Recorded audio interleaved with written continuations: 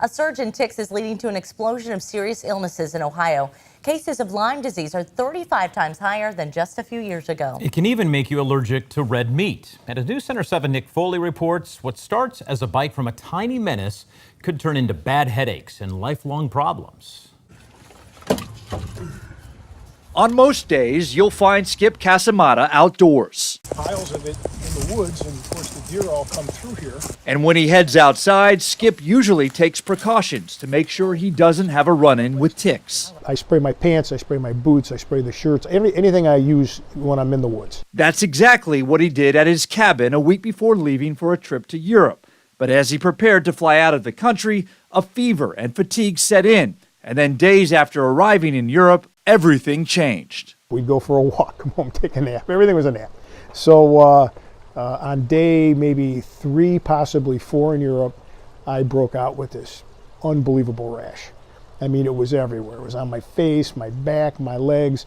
It was not shaped like a bullseye, but it was everywhere. Skip couldn't get a blood test on his trip, but when he returned to Ohio, his primary physician later confirmed what he had initially thought: Lyme disease. When you look at the trends across Ohio, but more broadly the Midwest, is that Lyme disease has been increasing. Dr. Jeffrey Weinstein is an infectious disease specialist with Kettering Health. He says over the last 13 years, there has been a 35-fold increase in the number of cases reported in Ohio, with nearly 1,300 in 2023. It's important to note that not everyone notices the rash or sees the rash.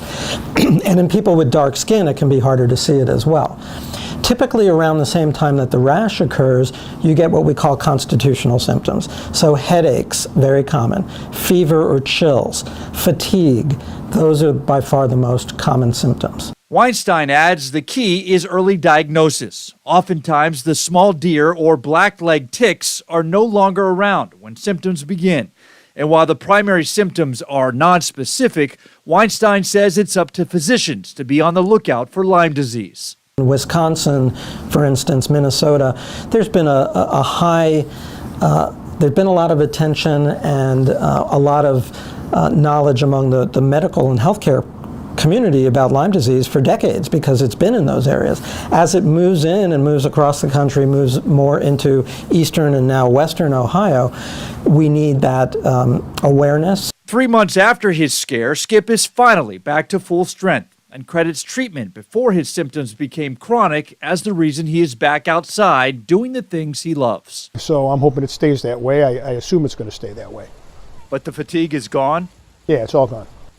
Nick Foley, News Center 7.